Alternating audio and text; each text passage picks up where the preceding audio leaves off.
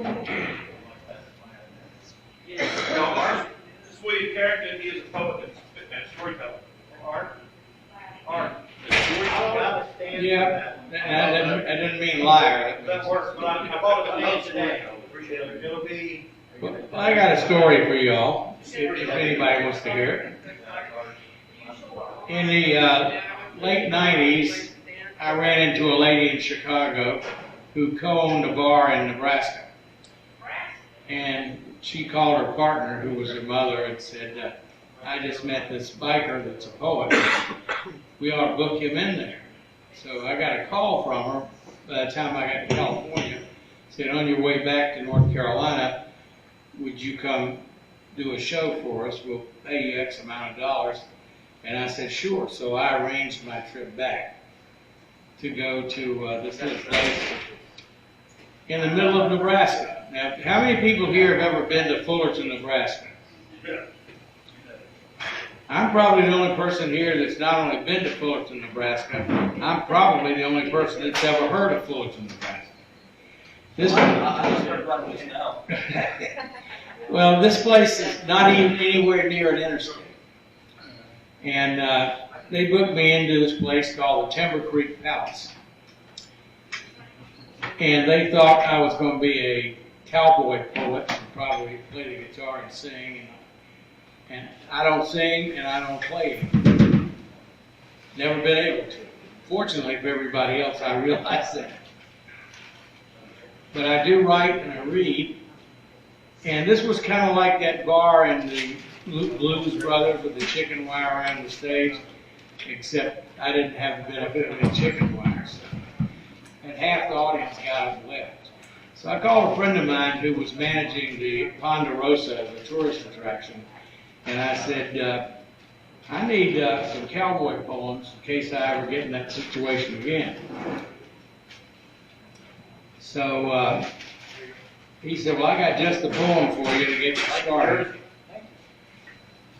And he sent me this poem, and the man that wrote it is a real cowboy and a ranch owner in Montana, and one of the top country cowboy poets.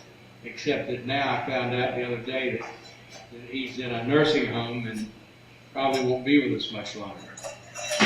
But my friend Buck sent me this poem, and I've added others to it, and wrote one of my own, a couple of my own since then. But this talks about the spirituality of the American cowboy, their philosophy, their attitude. It's called reincarnation. How many people here believe in reincarnation?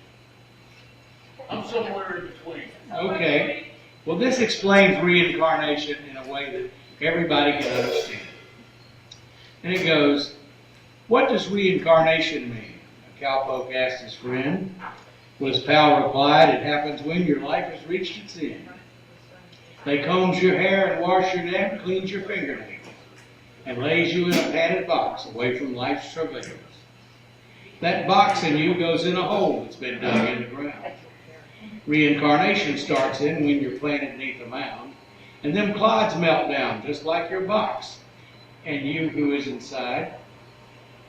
And then you're just beginning on your transformation ride. In a while the grass will grow upon your rendered mound, till someday on your molded grave a lonely flower is found.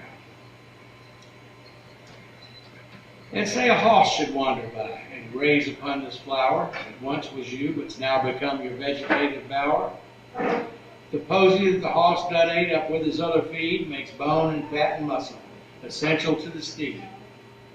But some is left that he can't use, and so it passes through, and finally lays there upon the ground, this thing that once was you. And then say by chance I wanders by, and sees this upon the ground, and I ponders and I wonders at this object that I found. I thinks of reincarnation, of life and death and such. And I comes away concluding, Slim, you ain't changed all of much.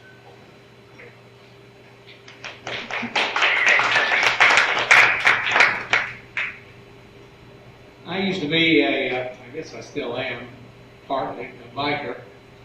I've ridden the whole United States over about a 20-year span. on an old Harley Davidson that I still own.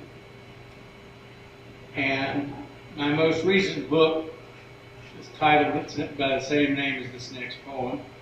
And it's all the poems and songs. I can write songs, I just can't sing them and play them. But this is the title poem from that book, and it's called Give Me the Wind. Give me the wind and a bright sunny day, blacktop receding behind me. But traveling again on my freedom machine is where you're most likely to find me. I'll take the thrill of a swift pair of wheels and the two-lane passing by on me, rolling along with my heart full of song and my eyes and my head full of wonder. Let me ride with the wind to a place I've not been, where adventure awaits my arrival. For a wide open space with the wind in my face aren't merely good times, they're survival.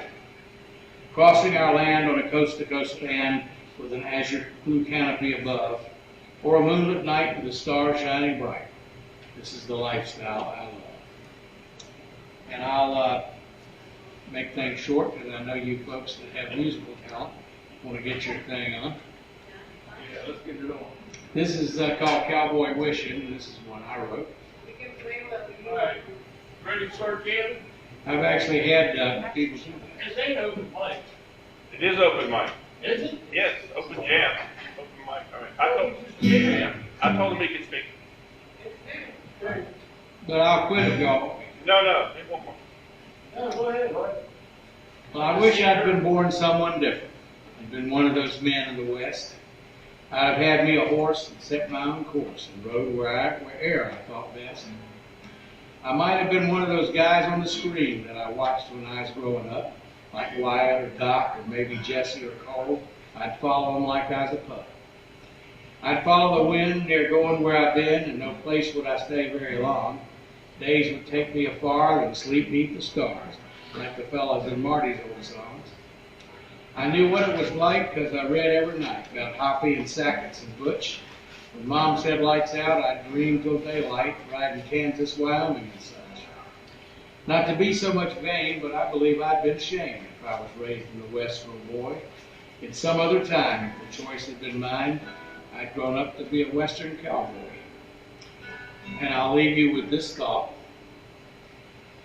Among your small possessions, in a place all by itself, there's a gift I one time gave you. One heart on your shelf. This gift takes little space up, and it's never in the way.